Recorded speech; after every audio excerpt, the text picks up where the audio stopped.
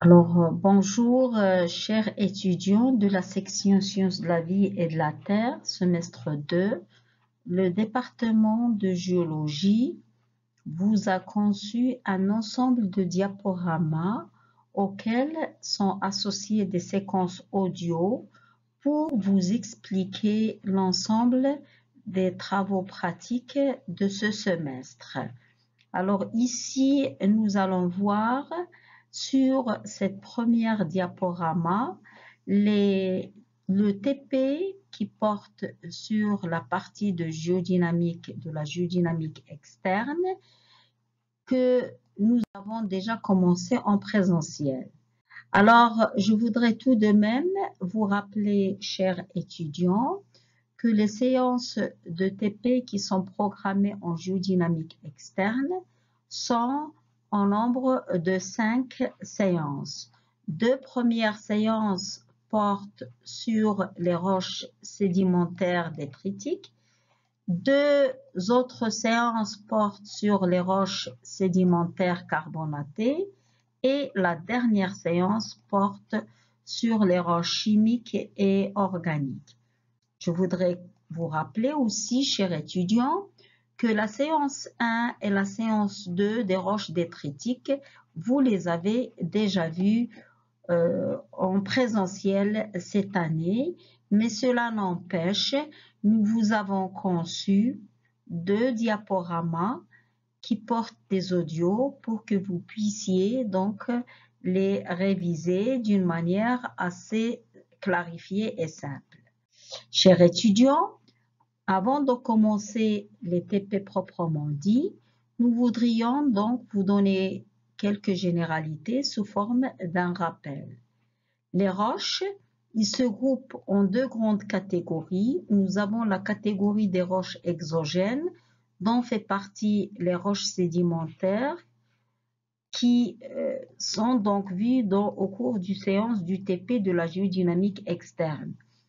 Au cours de cet TP qui s'étale sur 5 séances, nous allons voir ensemble quelques échantillons des roches sédimentaires. Avec mes collègues du département de géologie, vous allez voir parallèlement les autres TP de géodynamique interne qui portent sur les roches endogènes. Ces derniers regroupent les roches magmatiques et les roches métamorphiques. Alors, je voudrais tout de même vous faire quelques rappels, comme cela vous a été déjà expliqué en présentiel, et comme ceci figure dans vos polycopes de travaux pratiques que vous avez déjà acquis.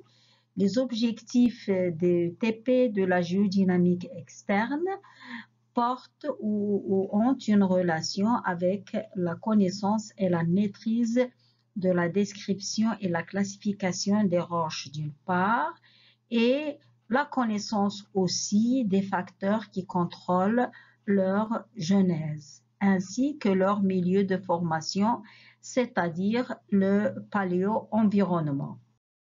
Alors, quelques généralités des roches sédimentaires. Alors, comme vous le savez, les roches sédimentaires, ce sont des roches qui sont formées par la consolidation ou le durcissement des sédiments meubles. Et je monte là-haut pour vous donner une définition qui est écrite en face concernant les sédiments qui sont des particules mobiles issues soit de la désagrégation mécanique et ou de l'altération chimique d'une roche préexistante ou parfois rarement quelques particules biologiques. Alors, comme remarque, les roches sédimentaires, ils se forment à la surface de la Terre et couvrent environ 70% de cette dernière. Alors, une caractéristique importante des roches sédimentaires, c'est que les roches sédimentaires se déposent le plus souvent en couches parallèles, c'est-à-dire des dépôts stratifiés ou couches successives ou strates, avec des épaisseurs et des compositions variables, et ça c'est très important. D'ailleurs, vous le voyez sur cette photo de droite, vous voyez que nous avons donc des couches de couleurs différentes, et l'épaisseur est différente. La même chose, vous l'observez à ce niveau-là, de bas en haut. Donc, vous avez des couches d'épaisseur variable et de couleur ou de composition variable. Sur cette dernière slide, vous voyez que sur cette photo, à votre gauche, vous avez des couches sédimentaires de bas en haut. Elles montrent des strates de différentes épaisseurs et de différentes couleurs comme nous venons de le voir. Alors, les couches sédimentaires peuvent parfois contenir des fossiles ou des empreintes de fossiles.